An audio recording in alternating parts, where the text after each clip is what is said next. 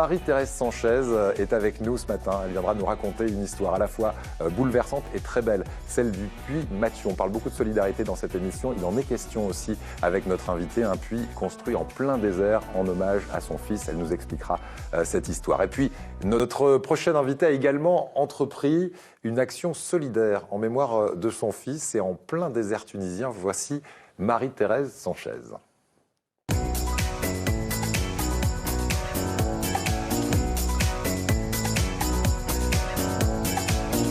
Bonjour Marie-Thérèse. Alors, on va le dire pour décontracter absolument tout le monde. Vous êtes un petit peu émue d'être ici sur le plateau, oui. Mais ça va bien se passer. Marie-Thérèse, vous êtes avec nous parce que vous avez entrepris une action solidaire pour Mathieu. Mathieu, c'est votre fils. Pour Mathieu, c'est le nom de votre association. Oui. Et aujourd'hui, il existe au milieu du désert tunisien, pas loin de la ville de Douze, un puits qui est pour vous un symbole de vie. Est-ce que vous pouvez nous expliquer pourquoi ce puits, pourquoi à cet endroit, comment est né ce projet? Pourquoi cet endroit? Parce que c'est l'endroit où il a eu l'accident. Ouais. Donc, on va dire que c'est symbolique. Et quand il est parti, je voulais faire quelque chose pour lui. Il y a bien un dicton, ne meurt que ceux que l'on oublie. Donc, je ne voulais pas que mon fils tombe dans l'oubli, une bougie qu'on a soufflée, qui disparaît. Et voilà, quand il a eu l'accident, ma première réaction, ça a été de rentrer en France, de ramener mon fils et de puis y retourner. Et après quelques heures de recul, je me suis dit, c'est pas toi, c'est pas lui. Baisser les bras, ça serait, on va dire, ça serait le trahir, renoncer. Et j'ai un très bon ami que je connais depuis une vingtaine d'années, qui vit en Tunisie, que je vois régulièrement.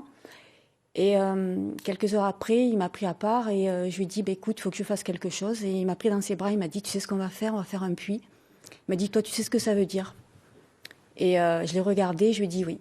C'est le puits qu'on voit ici voilà, à l'image. C'est le bâtiment. Et vous dites que c'est un symbole de vie parce que l'eau, c'est la vie, et particulièrement au milieu de ce désert tunisien. Voilà, parce qu'on va dire. C'est devenu un carrefour de vie. C'est devenu un carrefour. On va dire qu'à 40 km à la ronde, il n'y a pas de puits, il n'y a pas d'eau. Et voilà, c'est symbolique parce que où qu'on aille, qu'il y a de l'eau, c'est de la vie. Et au bout de 3 ans, on s'aperçoit que c'est devenu un carrefour important, que tout le monde se croise, que j'ai des familles nomades qui se sont sédentarisées. Il y a à peu près une dizaine de familles qui vivent à peu près 500 mètres. Et quand on se pose la question, on se dit avant, il faisait à peu près 3 à 4 heures de route pour aller se ravitailler en eau. Là, ils vous disent merci tous les jours aujourd'hui. Oui, mais ils me disent merci, mais c'est à moi de leur dire merci parce qu'ils m'ont donné l'opportunité et la chance de faire quelque chose pour mon fils. Bon, on a été énormément aidés par les autorités tunisiennes qui ont été là dès le départ, mais ça devient un endroit symbolique pour moi et symbolique pour tout le monde parce que tous les gens passent. Ouais. Et ils se posent la question, pourquoi un puits, pourquoi il porte ce nom. Donc, de fil en aiguille, les gens racontent son histoire, l'histoire de mon fils. Alors, vous êtes une famille sportive. Quand vous parlez d'accident, c'était un accident de quad ouais. dans ce désert. Et vous n'êtes pas resté à l'installation d'un puits. Vous avez dit, tiens, on va rajouter encore un peu de vie autour de ce puits. Et décidément, il y a une répulsion de vie avec vous derrière tout ça.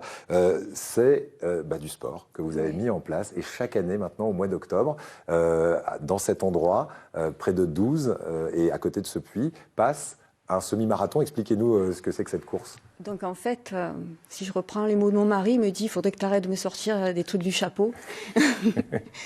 Donc, c'est venu parce que, à la suite de ce puits, régulièrement, j'allais en Tunisie et puis je partais de l'hôtel et j'allais courir.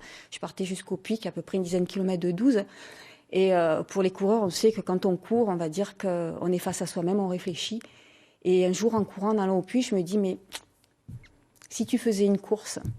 Alors au début, je me suis dit, bon, on va faire la course. Et puis, je n'ai pas mesuré un peu l'ampleur de la tâche et surtout de cette course qui est aujourd'hui un semi-marathon international. Voilà. C'est ça? Voilà. L'année dernière, j'avais 145 coureurs et 25 marcheurs.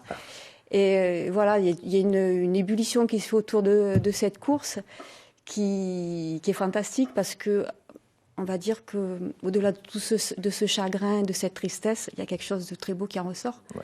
Et quand on parle de solidarité, c'est aussi ça, hein, solidarité dans la peine, le fait de tous se réunir, ensemble c'est mieux, c'est aussi ça. Voilà, ça résume c'est tout. toujours mieux. Et tous ces gens viennent et bon, il y a des athlètes, hein, pour la plupart, c'est tous des athlètes parce que pour courir un semi-marathon, mais il y en a pas mal qui se disent bon, moi je vais venir, je viens pour toi, je viens pour Mathieu, et puis ils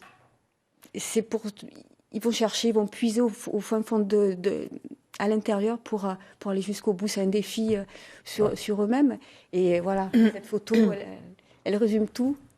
Voilà, celle qui est en train de passer derrière nous, et puis ces images effectivement de coureurs main dans la main pour cette course. Écoutez, bravo pour ça. Qui peut y participer? Alors je sais qu'en plus la participation est gratuite à ce semi-marathon. Alors évidemment, il faut se payer le voyage jusqu'en Tunisie.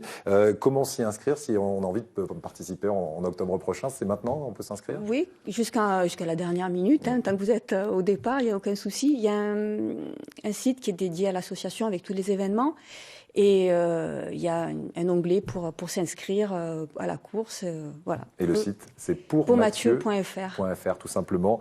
Et votre ambition qui était qu'on n'oublie pas Mathieu, je pense qu'elle est largement réalisée, puisqu'il y a des centaines de personnes, en tout cas, qui y pensent en octobre, et des dizaines et des dizaines de personnes qui y pensent tous les jours en allant chercher de l'eau au milieu du désert avec ce puits que vous avez construit là-bas. On avait envie de souligner cette jolie initiative. Merci Marie-Thérèse, merci d'être avec nous. Regardez.